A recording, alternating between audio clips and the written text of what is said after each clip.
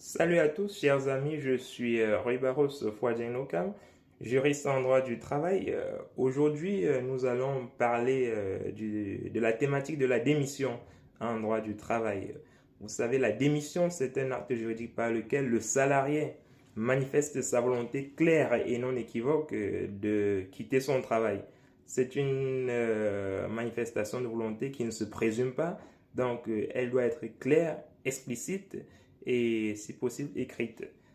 Dans ce cas, l'employeur, n'est-ce pas, n'a pas la possibilité de s'opposer à la démission du salarié. Donc, une fois que le salarié a décidé de quitter son travail, il doit remettre à l'employeur, il doit informer son employeur par tout moyen de son désir de ne plus venir travailler au sein de l'entreprise. Il est recommandé généralement de faire un courrier recommandé à l'employeur pour faire part, n'est-ce pas, pour faire part à ce dernier de cette volonté-là.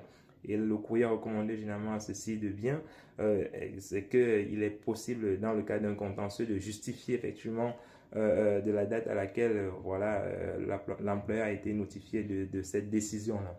Donc, le salarié peut le faire par recommandé, il peut également le faire par une lettre remise en main propre contre décharge par l'employeur.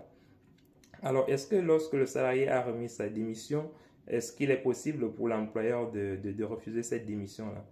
Alors, il n'est pas possible pour l'employeur de refuser la démission, puisqu'elle est claire et non équivoque. L'employeur ne peut pas obliger le salarié à s'enfermer de manière éternelle dans une relation de travail. Donc, celui-ci reste libre de mettre fin à cette relation de travail. Toutefois, il doit respecter ce qu'on appelle en droit le préavis de démission. Donc, en fonction des conventions collectives, il y a un préavis de démission que le salarié doit respecter dans le cadre, n'est-ce pas, de sa démission.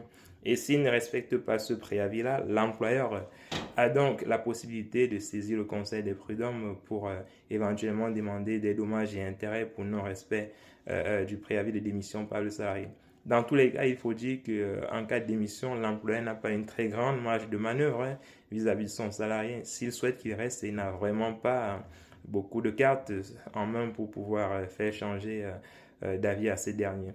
Dans tous les cas, rassurez-vous, il faudrait quand même que le salarié respecte un certain nombre d'obligations, notamment qu'il vous informe de son envie de démissionner et qu'il respecte par la même occasion dans son courrier, ou oui, dans son courrier, effectivement, qu'il respecte le délai de préavis qui est fixé pour lui dans ce cadre-là.